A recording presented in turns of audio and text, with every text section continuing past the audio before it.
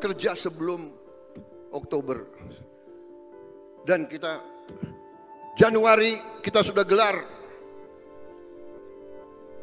Saya diberitahu bahwa berapa hari ini sudah sampai 770.000 anak.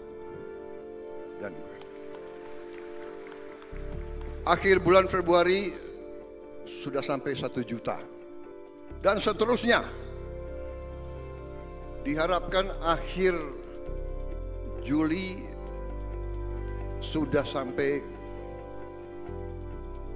6 juta minimal.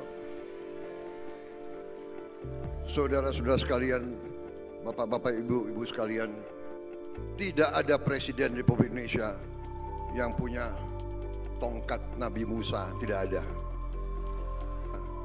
Yang punya tongkat Nabi Musa, tidak ada.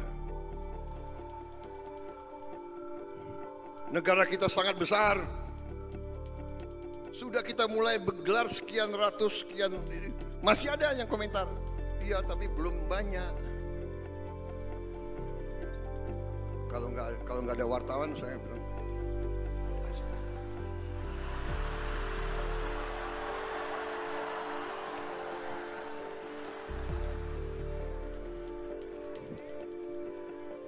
Sorry ya.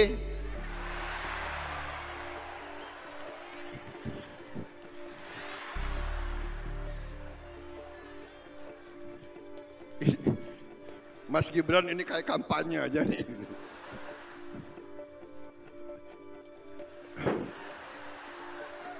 Ini pidato politik nih.